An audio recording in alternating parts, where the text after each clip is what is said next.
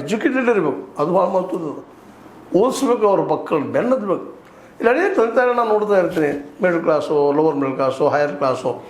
ಒಟ್ಟು ಬೆಳಗ್ಗೆ 6 ಗಂಟೆಗೆ ಶುರು ಆಯ್ತಪ್ಪ ಅಂದ್ರೆ ಮಲಗುತ್ತಲ್ಲ ಟ್ಯೂಷನ್ ಹೋಗೋದು ಬರೋದು ಮಾಡ್ತಾರೆ, ವರ್ಕ್ ಮಾಡಿಸ್ತಾರೆ.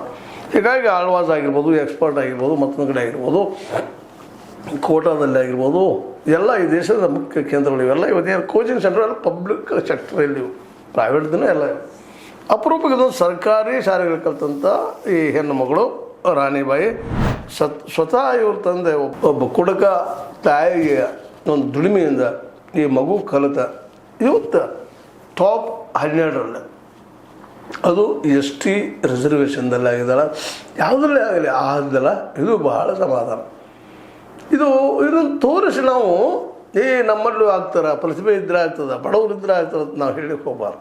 ಯಾಕಂದ್ರೆ ನಾವು ಇಲ್ಲಿ ಅನ್ಯಾಯ ಮಾಡ್ತಾಯಿದ್ದೀವಿ. ಅದು ಅವ್ರಿಗೂ ಕೋಚಿಂಗ್ ಸಿಕ್ಕಲ್ಲ, ಸರ್ಕಾರಿ ಶಾಲೆಗಳಲ್ಲೂ ಆಗ್ಬೋದು, ಅದ್ರ ಕೋಚಿಂಗ್ ಸಿಗಬೇಕು, ಜೊತೆಗೆ ಒಳ್ಳೆಯ ವಾತಾವರಣ ಬೇಕು ಅವ್ರಿಗೆ. ಅದೆಲ್ಲ ಹುಡುಗಿಗೆ ಸಿಕ್ಕಲ್ಲ.